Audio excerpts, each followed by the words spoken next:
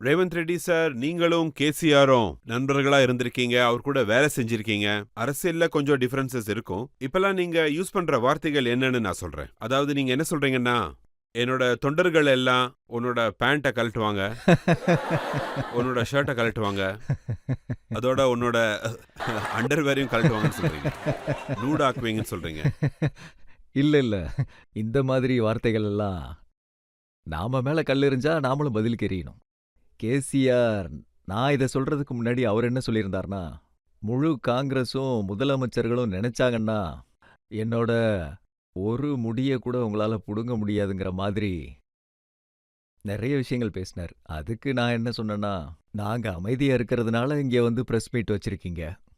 ஒருவேளை நாங்க நினைச்சா உங்க அண்டர்வேரையும் நான் கழட்டி காட்டுவேன்னு சொன்னேன். ஒருவேளை நான் டேட் சொல்லுங்க, ஒரு டேட் சொல்லுங்கன்னு கேட்டேன். நான் என்ன சொன்னேன்னா, நீங்க ஒரு டேட் சொல்லுங்க, நான் அன்னைக்கு வரேன். என்னோட ஆளுங்களெல்லாம் கூட்டிட்டு வரேன். அதுக்கப்புறம் அப்ப என்ன நடக்குதுன்னு பாப்போம்னு சொன்னேன். அப்ப இதுல என்ன தப்பு இருக்கு ரஜத் சர்மா சார் சொல்லுங்க? அவரு முடிய பத்தி பேசினாரு, ஆனா நீங்க அண்டர்வேரை பத்தி பேசிட்டு இருக்கீங்க. ரஜத் சார் நீங்க ஹிந்தில கேள்வி கேட்கிறீங்க, அதனால நான் ஹிந்தியிலே பதில் சொல்றேன். நான் தெலுங்குல பதில் சொன்னா உங்களுக்கு புரியவும் புரியாது. கேசிஆர் யூஸ் பண்ண வேர்ட்ஸ் மாதிரி தான் நானும் அதே மாதிரி தான் உங்களுக்கு பதில் சொன்னேன். அதே மாதிரி